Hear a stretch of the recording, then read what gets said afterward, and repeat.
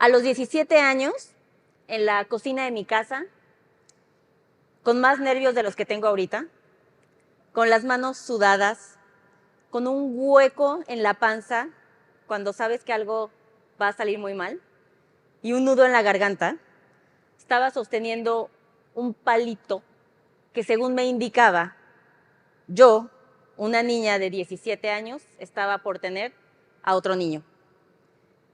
Y ese día sentí que lo perdía todo. Y 3 pensamientos vinieron a mi cabeza. El primero, ¿cómo es que me pasó esto a mí? Y créanme, sí sé, y todo el mundo iba a saber cómo me había pasado esto a mí. El segundo, ¿cómo le voy a decir a mis papás? Imagínense llegar a esa edad a decirle eso a tus papás. Y el tercero, ¿qué va a pasar con mi vida? Durante muchos años crecí en una familia, sobre todo por mi papá, que constantemente nos impulsaba a soñar. Y nos hacía un montón de preguntas. ¿Y cómo lo vas a hacer? ¿Y cuándo lo quieres hacer? Y era no en un acto de desafío, sino creía tanto en nuestros sueños que lo había normalizado, ¿sabe? Cuando ya perfectamente lo íbamos a lograr. Pero cuando les dije a mis papás que estaba embarazada, y no solo ellos, sino toda la gente alrededor, dejaron de hacer preguntas. Ya no había preguntas del futuro. Ya no me preguntaban dónde iba a estudiar, qué quería hacer de grande. Si bien había palabras de aliento, en su mirada había una especie, por no encontrar otra palabra mejor, de lástima. Como si todos supieran, excepto yo, que mi vida había terminado. Liliana iba a ser parte de la estadística. ¿Qué va a pasar con ella? Pues se va a quedar teniendo más hijos, seguramente se va a ir a casa de los papás de él o de ella, no va a terminar su carrera. Y nadie preguntaba qué quiere ser de grande, porque yo creo que les daba miedo que yo les dijera, pues pobre, ¿verdad? ¿Qué vas a hacer? Y en el contexto más complicado, cuando no tienes absolutamente nada que te respalde, y me refiero financieramente, algo se prendió en mí. Yo hoy sé y reconozco que era la rebeldía y la bendición de la adolescencia. Como esta forma de constantemente ir en contra de lo que los demás te dicen, de lo que los adultos te están diciendo. ¿Por qué carajos ellos iban a saber cómo iba a ser mi vida? ¿Por qué ellos iban a saber más que yo lo que iba a poder o no lograr? Y a partir de ahí empezó una lucha interna por demostrar constantemente que mi vida no iba a estar determinada por una decisión que tomé. Y entonces empezó el camino para probar eso. Fue mucho más difícil de lo que creía, sin embargo nunca lo sufrí. Empezamos a mudarnos a un departamento en la colonia de las más peligrosas que existe en la Ciudad de México, pagando 1,000 pesos de renta, y cuando llegaba el día 28, porque pagábamos la renta el día 30, y lográbamos tener los 1,000 pesos, era como una bocanada de aire fresco, ¿no? Como este mes sí se armó. Por supuesto, había días que no era tan sencillo. Había días en donde mi familia y mis amigas llegaban con toppers con comida y yo sin decir nada y ella sin decir nada, sabíamos lo que eso implicaba. Liliana necesitaba ayuda ese día. Y había otros días en donde no llegaban las amigas y tampoco yo quería decir que no tenía para comer. Y ese día se implicaba ir a empeñar lo poco que teníamos. Pero eso detonó una mayor resiliencia. Mi vida no iba a estar contada todos los días por qué me alcanzaba para comer o no comer. Y entonces empezó el camino de un montón de sinfín de entrevistas, tratando de manejar un recién nacido y tratando de terminar al mismo tiempo la preparatoria, que terminé concluyendo en un examen Ceneval, que existe en México para terminar la preparatoria, porque la escuela privada a la que yo iba había decidido que no merecía terminar el colegio mientras estaba embarazada. Con un montón de entrevistas y un currículum que yo creo que lo único que decía que era verdad era mi nombre. El resto era una ilusión de cosas que yo era capaz de aprender en el futuro. Por fin llegué a mi primer trabajo. Y todo este camino lo recorría de la mano de mi papá. yo sentía que mi papá, aunque no me pudiera mantener, aunque no me hubiera dado ni un peso, no porque no quisiera, sino porque ni tenía y yo tampoco lo quería, se sentía que siempre sostenía mi mano. Cuando yo salía de ahí y no tenía nada que resolver, yo le podía llamar y yo había fingido en ese lugar de trabajo que entendía cada pregunta y cada cosa que me habían pedido, aunque yo no supiera absolutamente nada de lo que me estaba pidiendo. Pero por fin Liliana estaba ganando dinero. Estábamos sobreviviendo solos cuando nadie nos daba ni un día de sobrevivir solos. Pasé 5 años en una incongruencia constante de demostrar todo lo que yo podía hacer como adulta. Vacacionar en el contexto más precario que ustedes se puedan imaginar, pero íbamos a vacacionar. Comprar un carro que apenas si podíamos pagar, pero nadie sabía. Todo el mundo pensaba como, Liliana acaba de comprar un carro, ¿no? Cuando llegaba Navidad, que fuera en mi casa, porque yo quería tener la posibilidad de pagarles a todos la cena, aunque eso implicara que la haya metido a 34 meses de intereses, 16 Navidades después me terminé pagando esa cena. No importaba, yo necesitaba demostrar a los demás a costa incluso de mi paz mental. Pero yo había normalizado tanto el vivir con todos los días, si me alcanzaba o no, que era la palabra del día cada vez que me despertaba.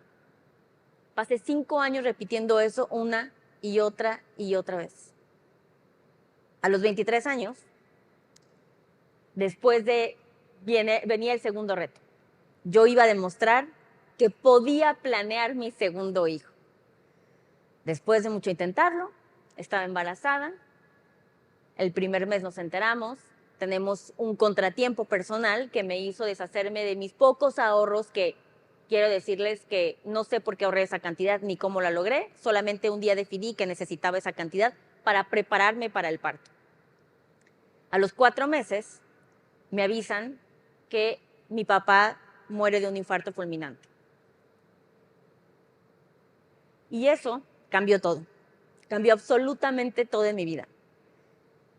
Ese día lo recuerdo como uno de los días, por supuesto, más tristes de mi vida, pero también más estresantes.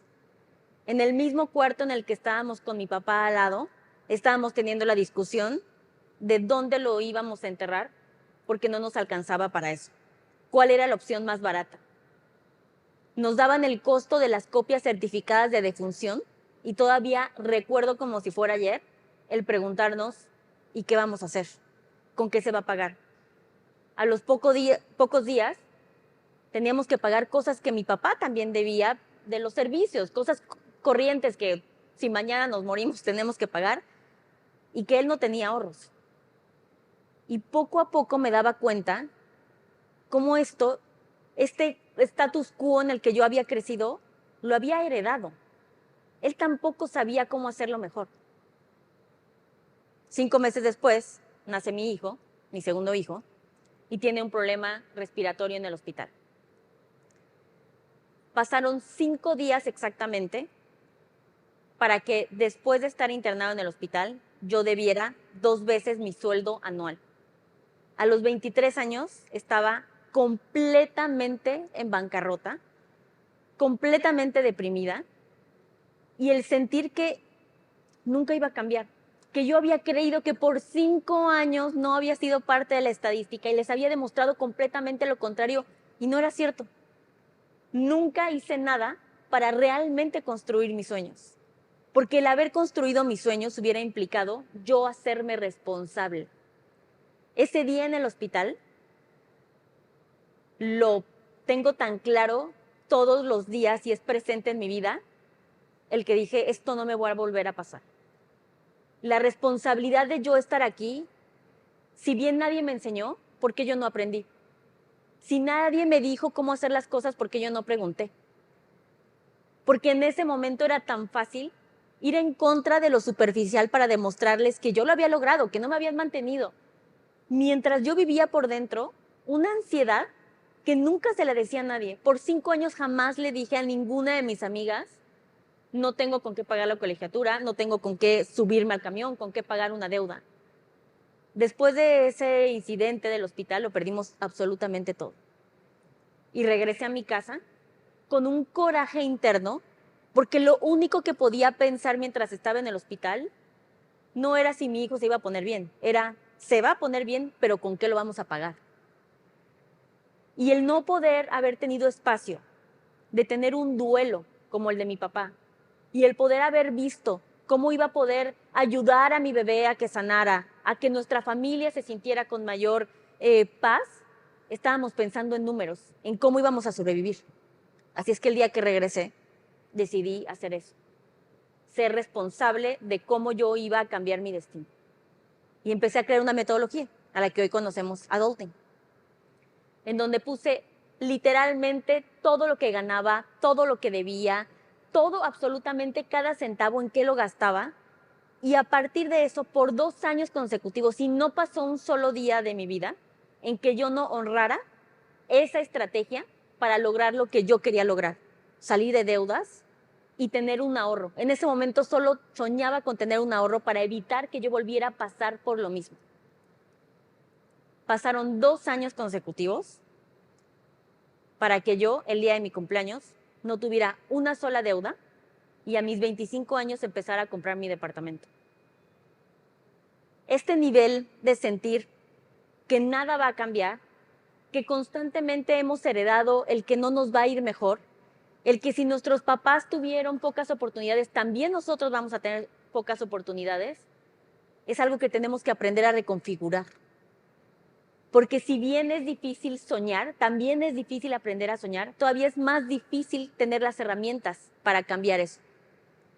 ¿Y qué tanto nos estamos deshonrando todos los días de nuestras vidas con que decimos que soñamos tener dinero para cuando seamos viejitos, poder dedicarnos a lo que queremos? Sin embargo, tomamos otras decisiones que no ayudan para nada a lograr ese sueño, porque nosotros nos convertimos en nuestro peor enemigo, porque no creemos que nuestros sueños son suficientemente valiosos y poderosos para hacer todo lo que tenemos en nuestras manos para decir yo apuesto por eso. Porque sería muy diferente tener una vida en donde cada uno pensara hoy su sueño y dijera qué estoy haciendo para lograrlo. Y me refiero utilizando los recursos económicos, porque no se trata de tenerlo todo, se trata de qué haces con lo que sí tienes. Y muchas veces nos sentimos frustrados y es más fácil hacerle culpa y justificarnos que no se va a lograr porque es imposible lograrlo. Pero creo que por eso es importante que yo cuente mi historia. Porque la posibilidad que tenemos de creer en nuestros sueños se ve reflejado en qué tantas personas comunes como tú, como yo, sí lo lograron. Y si yo lo pude lograr, cualquiera lo puede lograr. ¿Qué hubiera dado yo por hoy regresar un poco el tiempo y decirle, porque justamente hace una semana se cumplió exactamente 17 años que me convertí en mamá? Y de decirle a la Liliana de hace 17 años, si tú empiezas a tomarte en serio, lo que vas a lograr va a ser mucho más grande. Hoy, después de 12 años de pasar por ese momento de mi vida, tengo una empresa en la cual estoy sumamente orgullosa, que le ha cambiado la vida a más de 12,000 personas, en su mayoría mujeres, a cambiar su realidad, a creer que pueden ganar más dinero, a saber que pueden ganar recursos propios y empoderarse con eso, a saber que tienen posibilidades, que no tienen que dar por hecho lo que les dan, sino que pueden generar y con eso incluso construir mucho más. ¿Cómo le hubiera dicho a esa Liliana que 17 años después, cuando se hubiera hecho consciente, estaría aquí con ustedes, que tendría una marca reconocida y que no solamente eso, que tendría una misión de vida de hacer que nadie vuelva a pasar por lo que yo pasé? Por eso hoy creo que es tan importante que hagamos una pausa para decir realmente qué es lo que sí sueñas, con qué sueño te vas a casar, porque es el único que vas a poder lograr y conforme los vayas logrando se van a acumular muchos más. Pero como a veces pensamos que es tan lejano, a veces pensamos que la gente que admiramos es tan grande, que vive en otros estados, en otros lugares, en otros países, que tuvo otros padres, que tuvo colegios, que nosotros jamás, se ve tan lejano el que realmente nosotros podamos apostar por eso. Y se los digo porque yo fui esa persona. porque si bien no decía que quería no creer en mis sueños, tampoco hacía nada para hacerlo. Y yo aprendí que me dio tanto coraje el peso que yo puse en los adultos por ayudarme a lograr mis sueños, que me estaba olvidando que yo podía lograrlos por mí misma. El poder hoy estar aquí y decir que puedo yo tener el espacio y la libertad de pensar, de dedicarme, de tomar decisiones de vida, meramente por el hecho de si me convienen o no, antes de pensar en el dinero, pareciera imposible a esa Liliana que estaba en el hospital. Pero se pudo sin necesidad de heredar millones de dólares de unos padres y ni que alguien viniera y me diera un centavo para hacerlo.